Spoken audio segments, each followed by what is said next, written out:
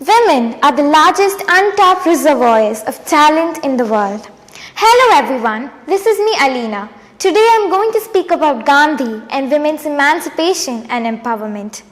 Traditionally, the role of Indian women was strictly confined to the home and family.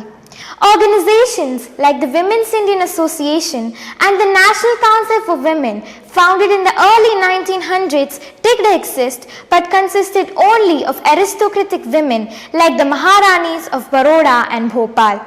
They maintained close connections with the British and focused mainly on charities. Ordinary Indian women were almost totally absent from the public domain. Quite early in his freedom struggle, Gandhi had declared, "As long as women do not come to public life and purify it, we are not likely to attain Swaraj. Even if we do, I would have no use of that Swaraj in which women have not made their full contribution." He called on Indian women to join the struggle. They responded to his call and came in initially as volunteers at Congress sessions. But by the time of his non-cooperation, anti-foreign cloth and salt satyagrahas, thousands were active participants. At his gentle urging, they donated jewelry, marched in processions, picketed liquor and foreign clothes shops, sold khadi at street corners, and provided sanctuaries in their homes to satyagrahis. The poetess Sarojini Naidu became one of his deputies. About the jewelry collections, Fisher had quoted Gandhi, "I want to create in them a distaste for much ornamentation and a desire to part with their jewelry for the sake of the poor." That he succeeded to a great extent is remarkable because for most women of Gandhi's lifetime, jewelry was the only social insurance they possessed.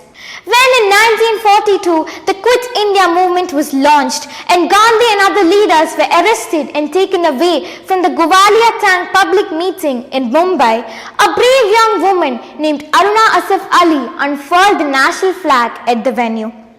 Another brave woman, Usha Mehta, along with 3 other women, set up and conducted a secret Congress radio from somewhere in India.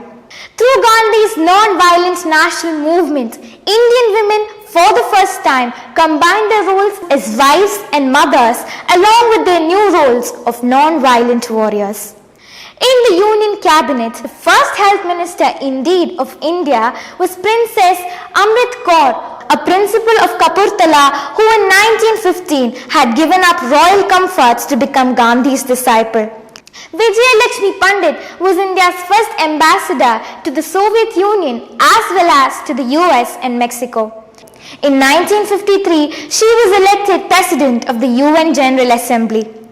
15 years thereafter, Indira Gandhi became India's Prime Minister and continued in that office for 16 years with only an intervening of a 2-year break.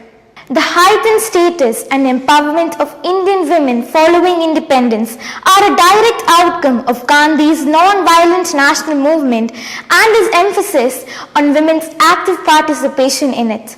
In Britain and other European countries, as well as in the US, women secured voting rights only after years of arduous struggle. In Switzerland, they secured it only in 1971.